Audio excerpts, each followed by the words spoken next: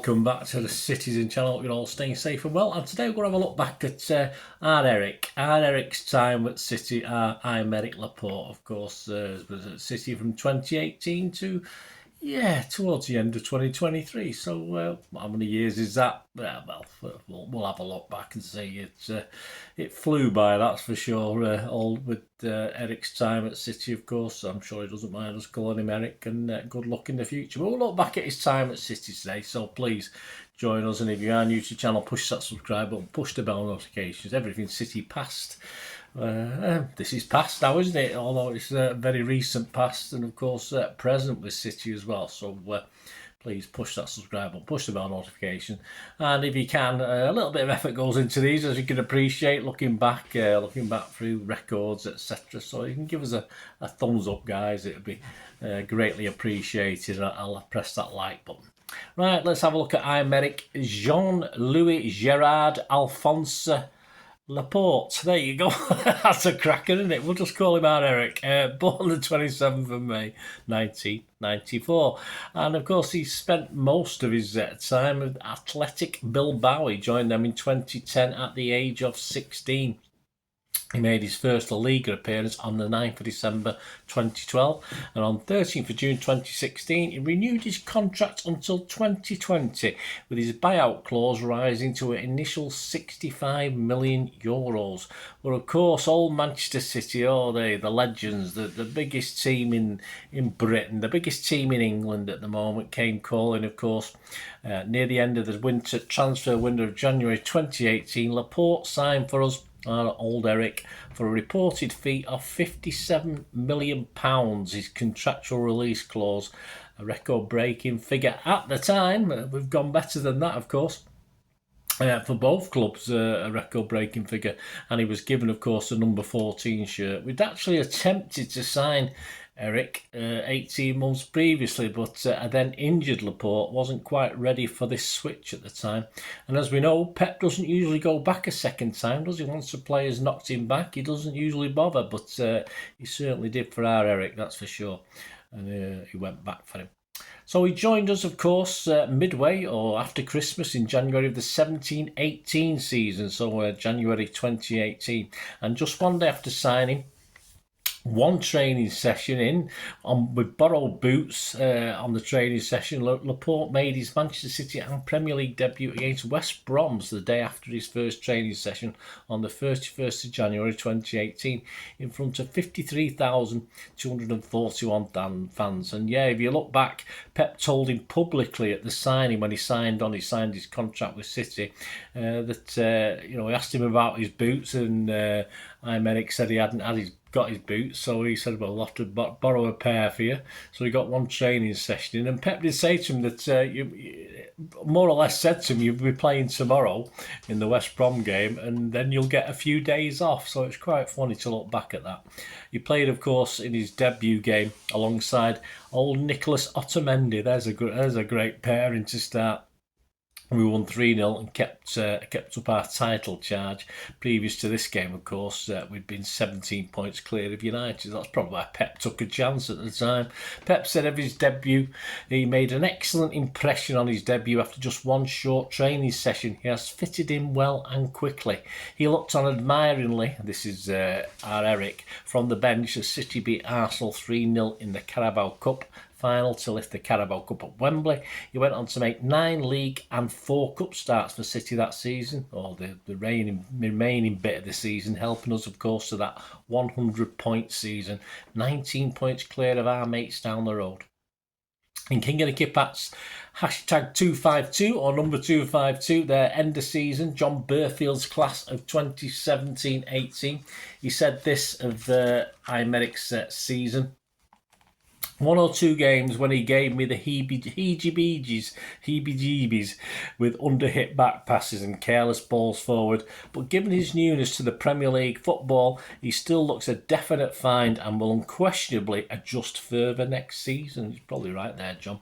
That's 6 out of 10. My thanks to the King of the Kippax and John Burfield there. Not too much said. Be more to say about him in future King of the Kippaxes. On to the 18-19 season. Another trip to Wembley. for Laporte. This time he got on the pitch, in a 2-0 win over Chelsea in the Community Shield, and Aymeric will get very little rest this season.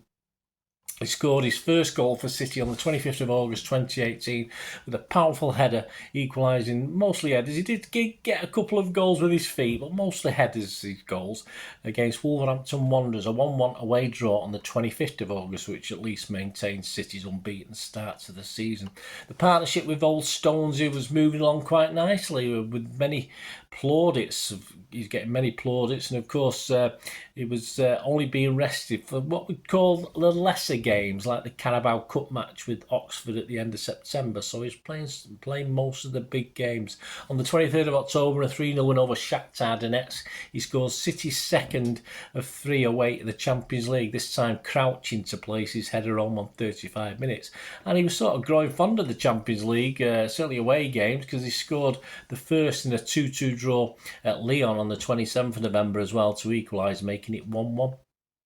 As City went toe-to-toe with Liverpool at the top of the league, another trademark header at Liverpool's neighbours Everton on the 6th of February put City into a late first half lead. We went on to win that 1-2-0, and Laporte then extended his contract, didn't mess about, did we, is to 2025, as Pep describes Aymeric as, yes, you guessed it, incredible. An injury kept his Carabao Cup final appearance on the 24th of February against Chelsea to just 45 minutes, but another medal as City won on penalties after a 0-0 draw in the 90 minutes. As the season reached its climax, a crucial second goal, again a header from close range, to put City in the lead in the last game away at Brighton on the 12th of May, settled the nerves a little bit. Yes, we were a bit disappointed we weren't 1-0 down, but there was plenty of time, wasn't there? As we went on to win that game, of course, 4-1 to clinch the title on the final day.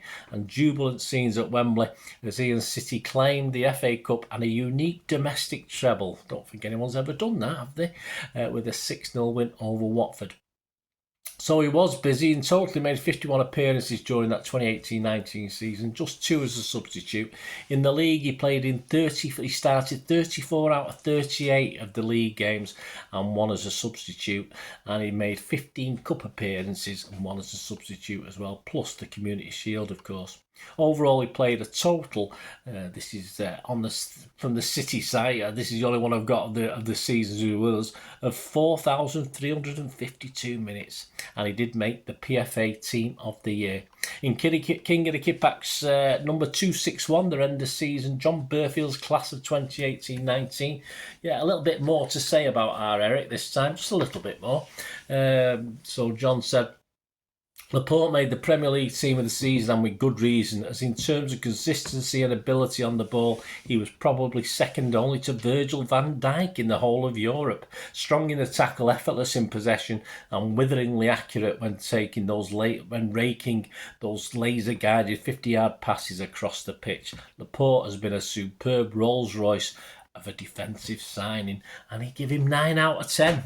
From 6 out of 10 to 9 out of 10. That's not bad going, but yeah, he did have a pretty good season, in fairness. Again, thanks to John and thanks to Dave and Sue Wallace, King of the Kippax. On to the 1920 season. On the 31st of August 2019, Laporte sustained an injury to his right knee in a 4-0 home win over Brighton, causing him to be carried off on a stretcher. Ironically, his goal the previous season against Brighton and that title decider we just talked about featured in the matchday programme, which had his image on the cover. Great image as well, that sort of drawn image which is up there. He underwent surgery in September 2019. He finally made a comeback on the 21st of January in an away game at Bramall Lane, a 1-0 win, though he did take another knock and also had a slight hamstring problem over the next couple of games. When the season then came, of course, to a grinding halt because of COVID, he also missed out on the Carabao Cup final win over Aston Villa. When the season did restart, he managed a goal in the penultimate league game of the season, a 4-0 win at Watford. He scored the fourth heading back across goal into the far corner from a KDB cross on the 21st of July, as City's season, though, did fizzle out. He made total just 14 starts, 1 from the bench in the Premier League, and 5 cup starts. On to 2021, as we played behind closed doors, of course, for most of this season, just right up till the end. Laporte would see his place regularly threatened now by a new partnership, Stones and a new boy called Ruben Diaz. Yeah, I wonder what happened to him. And Laporte found it hard to get a run of games, not only dropped to the bench, but a few niggly injuries as well.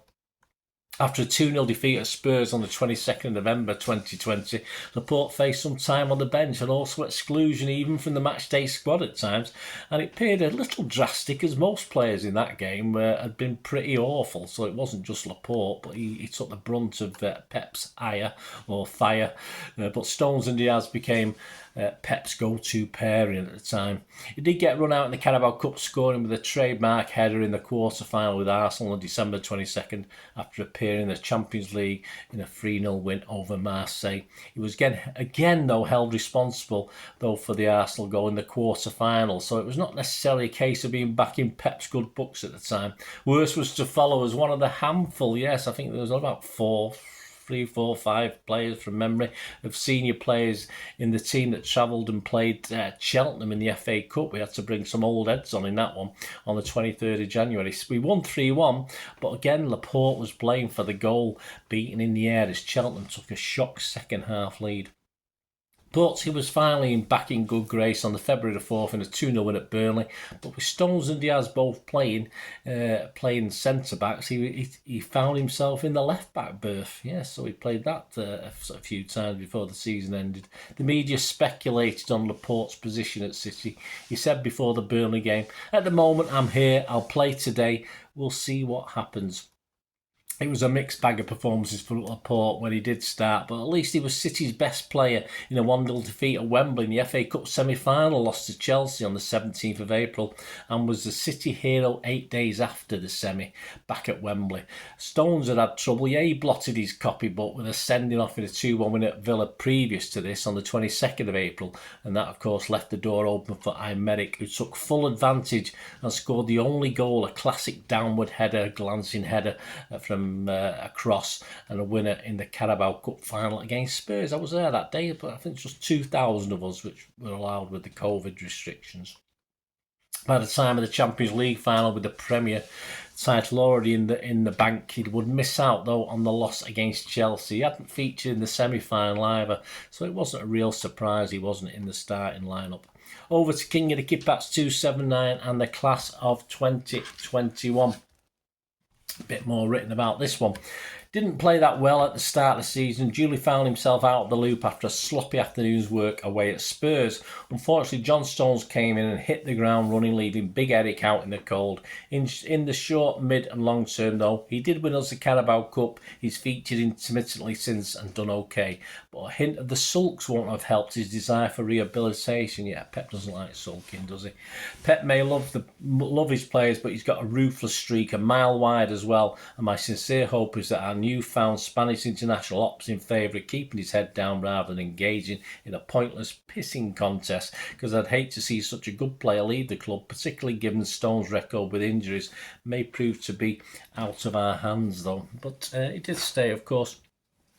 His season stats for that one: 14 Premier League starts plus 2 as a sub and 10 cup appearances plus 1 as a sub. So please join me in part 2, the final part of this, as we move forward to the 21-22 season. And yes, Laporte's back racking up the appearances again in that one, so please join me for that. Share any memories you've got, it'd be great to hear from you. Hope you enjoyed that, and as I said, please join me for part 2.